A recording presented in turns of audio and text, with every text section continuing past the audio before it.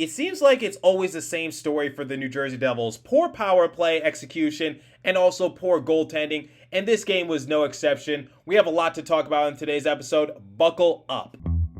You're Locked On Devils, your daily podcast on the New Jersey Devils. Part of the Locked On Podcast Network, your team every day. Hi, this is Bryce Salvador, and you're Locked On Devils with Trey Matthews. Scores! Oh, Steven stepped up, nailed it. Brodor's got the puck. What a shot. The Devils win the Stanley Cup. Alrighty now, what is up, New Jersey? Welcome back to the Locked On Devils podcast here on the Locked On Network. I'm your host, Kyle Chaki, play-by-play announcer, and also Devils writer for Pucks and Pitchforks, Trey Matthews. So over the last couple episodes, I was praising how solid the Devils have been performing during the course of their recent West Coast road trip. Even when they didn't play their best, they still found a way to compete and get the job done for the most part, because they did lose to the Avalanche and to the Kraken, but at least they competed hard against the Avalanche and walked away with a point in the Kraken matchup. However, in this game against the Buffalo Sabres, a game in which they dropped 5-2, they took a couple steps backwards. There was a lot of negative takeaways that I saw in this game. It didn't look like the New Jersey Devils that I've been seeing the last couple weeks. And like I told you guys, there's a lot of talent on this roster, obviously a lot of untapped potential. And, overall, just watching these games, it's just very frustrating to see, because I actually did have somewhat decent hope for the Devils going into this matchup. Like I mentioned in the previous episode, I was actually looking forward to watching it because I thought that the Devils could compete somewhat decent against the Buffalo Sabres, because the Buffalo Sabres are kind of a middle-of-the-pack team, kind of reminds me of the Vegas Golden Knights and also the Dallas Stars, and I just figured, you know what, the Devils have been playing somewhat decent against these middle-of-the-pack teams, so maybe they can at least give them a run for their money. And at one point during the game, the Devils were able to cut it to a 3-2 lead, but ultimately the Buffalo Sabres remained in full control. So there's, like I said, there's a lot of negative aspects that I viewed in this game and that I want to discuss, because we need to talk about the power play execution, we need to talk about the goaltending, and overall we just need to look at the execution that was put out there by the New Jersey Devils, because it was not good. So the last couple episodes, I have been talking about the New Jersey Devils possibly, making a coaching change, whether it's hiring Peter DeBoer or maybe Kevin Deline from the Utica Comets. And by the way, Alexander Holtz has 50 points in Utica right now, so not really nothing to brag about or get excited about. Oh, who am I kidding? It's definitely something to get excited about. But ultimately, like I said, Kevin Deline has been doing some wonderful things for the Comets organization, so maybe he deserves a second chance of coaching an NHL team. Maybe it could be the New Jersey Devils, but like I said, I'll save more an in-depth discussion for that in a future episode. But ultimately, that's what my last couple episodes have been revolved around, just talking about the coaching situation for the New Jersey Devils. Now, I've been talking about the head coach position because theoretically, Lindy Ruff might be on the hot seat for the Devils right now. I'm not sure if the Devils are going to move forward for him at the conclusion of the season, so we'll wait and see what happens. But it looks like Mark Recchi might be looking for a new job as well, because we need to talk about the power play execution over the last couple of games, because it has been atrocious. So according to Alex Chavancy of the Hockey Writers, he tweeted this during the course of the game. The Devils' power play has been 0 for its last 30 and has been outscored 2-0, down horrendous, and that's saying a mouthful. It goes back to last season, because remember when I talked about how, well, I guess more of my faithful listeners will remember this, but I talked about how during the power play execution that the Devils just looked very lackadaisical. They looked like a deer in headlights. They looked scared. They just passed the puck around. There was no aggression. I'm not trying to say that's what I've been seeing consistently this time around, because at times the New Jersey Devils were able to, put up a decent execution on their power play. Not this game, but, in the more recent games, they put up, maybe a decent fight, but it just didn't go their way. But 0 for 30 in their last couple of games and being outscored 2-0, because at one point the Buffalo Sabres had more shots on goal during their penalty kill than the New Jersey Devils had their entire power play opportunity at one point during the game, and the Devils gave up back-to-back shorthanded goals in the same man-up advantage. That cannot happen. Literally, the same exact power play, and the New Jersey Devils gave up back-to-back goals. That cannot happen, because how do you give up two shorthanded goals in the same power play. That is pathetic. That should speak volume as to how bad our special teams have been as of late, because at one point during the middle part of the year, the New Jersey Devils were slowly but surely starting to improve, whether it was in the penalty kill or the power play opportunity. They were never a threat in any of those categories, just to be fair. But at the same time, I saw the improvement. I saw the growth. I just said, take one opportunity at a time. If you're in the penalty kill, just, take your time killing the puck. Same with the power play. Even if you don't score, just try to penetrate the overall defense on the opposing end and just try to, give them a run for their money and just keep them on their toes. And the New Jersey Devils just haven't really been doing that these last couple of games, and that cannot happen going forward if they really want to take their team to the next level. So one of the main points of emphasis going into the offseason is that they got to improve on their special teams.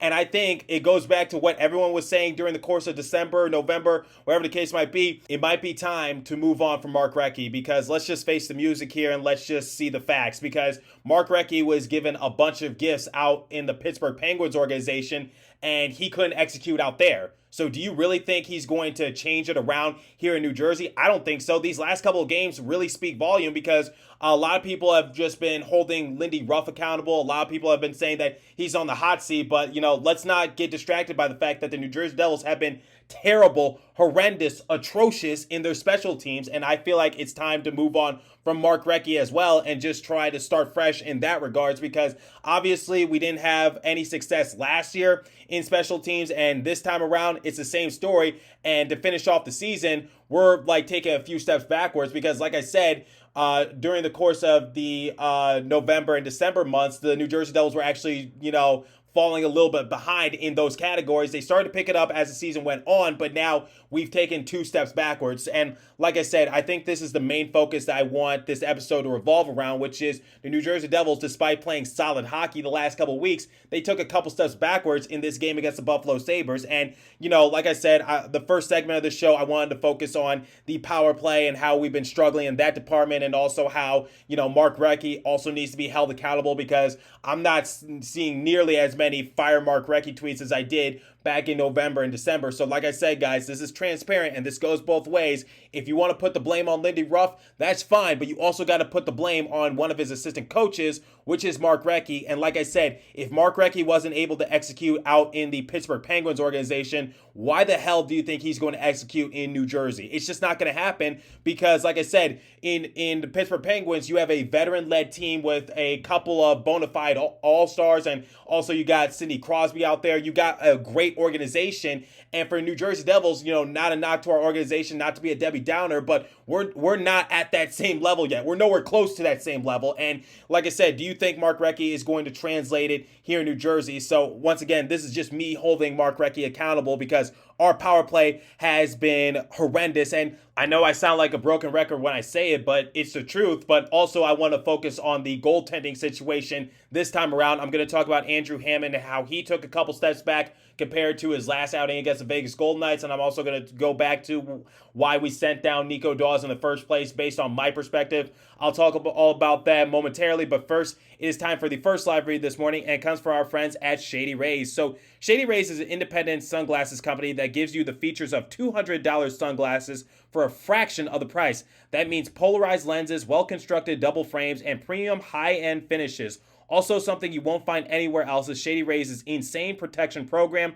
Shady Rays includes lost and broken protection on every pair. They will send you a brand new pair if you lose them, no matter what happened. Give them a try, and if you don't love them, you'll pay nothing. It's as simple as that. Plus, 10 meals are donated to fight hunger in America when you shop with Shady Rays exclusively for our listeners. Head to shadyrays.com and use the code LOCKEDON to get 50% off 2 or more pairs of polarized sunglasses. Once again, that code is locked on for their best deal of the season.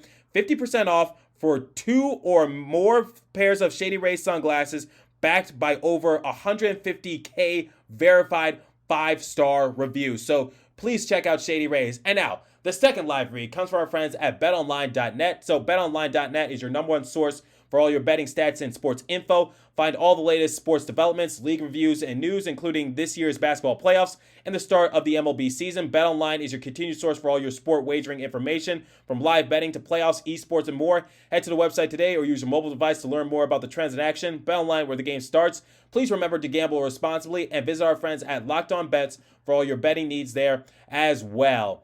Okay, so like I said, the first segment of today's episode was focused on the lackadaisical power play execution for New Jersey Devils and how Mark Recchi is at the helm of that. And like I said, I want you guys to just consider Mark Recchi in terms of the overall poor execution for New Jersey Devils. But now we're going to shift our focus to the goaltending situation because we need to talk about Andrew Hammond, because Andrew Hammond took a couple steps backwards in this game. And like I said, the main focus of this episode is just focusing on where the Devils just took a step backwards in regards to how they've been performing the last couple weeks during their West Coast road trip. So Andrew Hammond, it was just a disappointing outing to see because he reverted right back to his old self when he made his first couple debut games for the New Jersey Devils. And like I said, the main reason why we sent down Nico Daws, based on my perspective, was just because, one, Mackenzie Blackwood is set to make his return sooner rather than later. The New Jersey Devils have been set on trying to play him at least in one game before the season ends, and they were trying to do it during their road trip. Obviously, that didn't work out, but they hope to get Mackenzie Blackwood in between the pipes before the season ends. And now, since Andrew Hammond had like somewhat of a godly performance against the Vegas Golden Knights, I think the Devils organization was just like, okay, you know what? Andrew Hammond has finally come into fruition. This is the Andrew Hammond that we traded for at the deadline to try to save face for our organization in terms of our goalie situation. So we're going to keep Andrew Hammond in between the pipes moving forward. And then Mackenzie Blackwood will make his return. So hopefully we get him in for a game or two, because remember, the season is winding down for the Devils organization. We have less than 10 games remaining on the schedule. And like I said, our offseason is fast approaching. So I'm sure the Devils organization was just like, you know what? We're not really competing for anything. So Nico Daws, it's time for you to go back to Utica and help them compete for the Calder Cup trophy, because they're in the playoffs. They have a stacked team. So he's better suited right now playing for the Utica Comets. I think that's how the conversation went down, because they just want Nico Daws to develop a little bit better. You know, Nico Daws has done a lot of great things for the Devils organization during his time here during the course of this season, and he's definitely been a big help in between the pipes for the Devils organization. But I think just going back to that Vegas Golden Knights game, I think they just saw how Andrew Hammond was able to take a huge step forward in his development, and I think they just said, you know what, he's settled in. I think he's ready for the role. But ultimately, I think they made a decision too premature, because now Andrew Hammond reverted back to his old ways. And some of these goals that he let up against the Buffalo Sabres, I'm just watching at home and I'm just like, how did he let that go by? Because when he was playing against the Vegas Golden Knights, he was absolutely stopping them in their tracks. At one point, Vegas Golden Knights were just like tackling him on his crease, and they were knocking on his doorstep, but for somehow, some way, he was able to stop the puck. And, you know, when you look at Okposo's shorthanded goal, that this was the first goal that the Devils let up during the course of this game, he took a shot attempt, a wrister from the blue line. So I don't even know how that was able to find the back of the net. It looked like that Hammond just misjudged the puck, like he thought it was going to go straight into his glove, and he just made a premature decision, flipped his glove away, and just said, you know what, this is going to be an easy one to me. And somehow, some way, it was able to find the back of the net. Like I said, I don't even think Okposo attempted a real shot. I don't think that was his main intention to do, but somehow, some way, it was able to score, and it made it a 1-0 game for the Buffalo Sabres. And that was hard to see because, for one, the Devils were in the power play opportunity, and then second of all, he shot it a wrister from the blue line. It looked like he was just trying to just scoot the puck deep into their offensive zone and go for a line change based on my perspective. And, you know, it was a dump attempt that was going straight for Hammond, and he was going to corral it and then freeze action, but ultimately he missed it and he misjudged it. So once again, it was very disappointing to see Hammond make that kind of mistake, because like I said, I wasn't anticipating for him to have this kind of outing against the Buffalo Sabres, and this wasn't the first time that he made that type of mistake. And then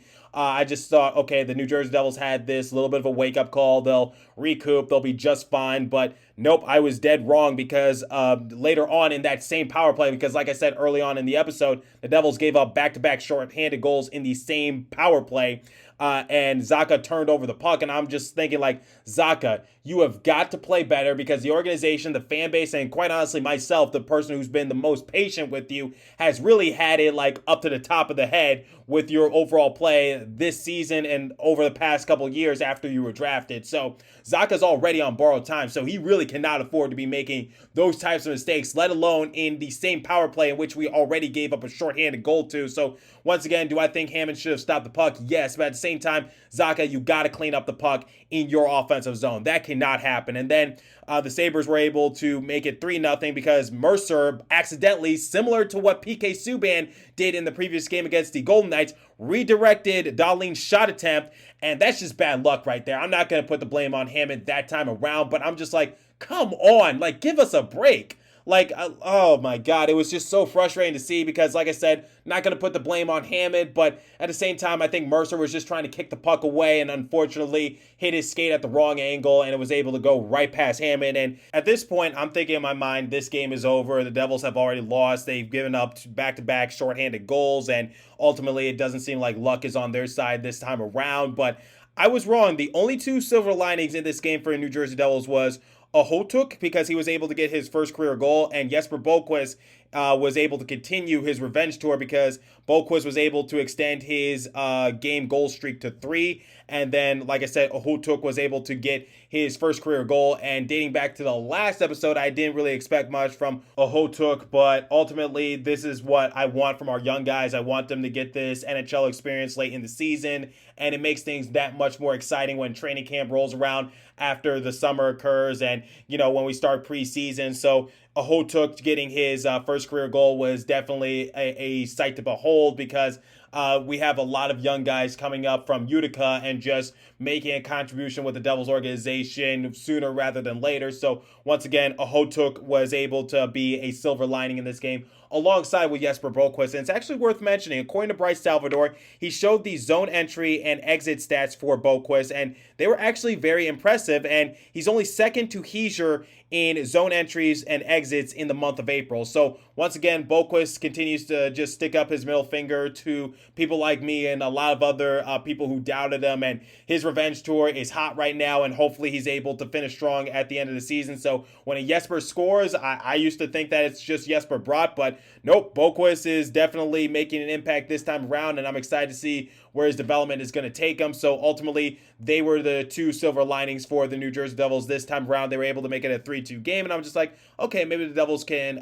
make this a comeback and try to come away with the victory. It won't be the prettiest of victories, but a victory is a victory nonetheless. But Owen Power is able to get his first career goal and went 5-hole on Hammond. That was painful to see, and I send this message out once again because where's Owen Power from? The University of Michigan. Who was his teammate at U of M?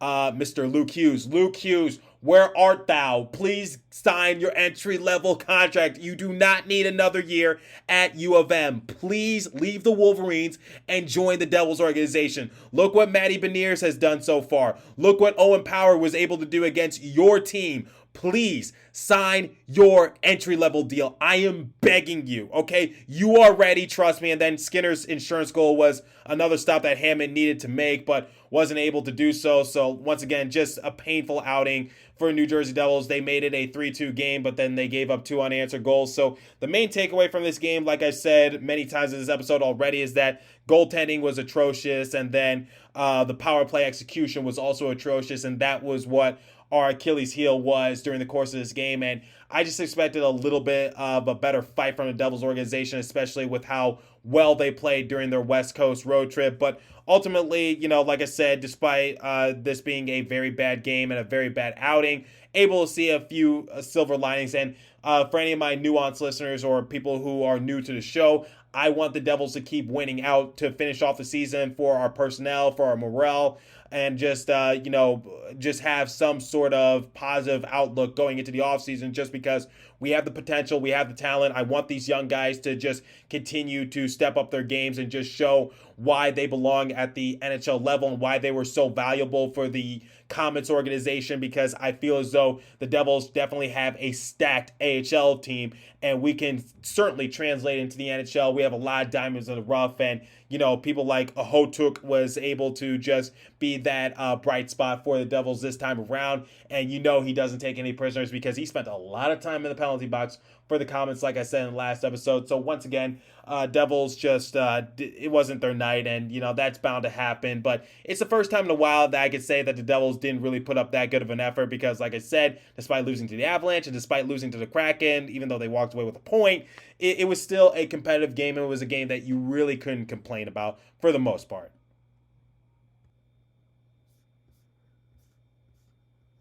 So, like I do with every episode, I'm going to compare the stats from tonight's matchup, and then I'm going to give a final letter grade for the Devils' performance. So, shots on goal differential, 31-28 in favor of the Devils. Face-off percentage, dead even, 50% apiece. Power play, the Sabres were 0 for 1 in their power play opportunities. However, they had 2 shorthanded goals. The Devils were 0 for 4 in their power play opportunities. Hits, 22-13 in favor of the Devils. Blocks, 10-7 in favor of the Sabres.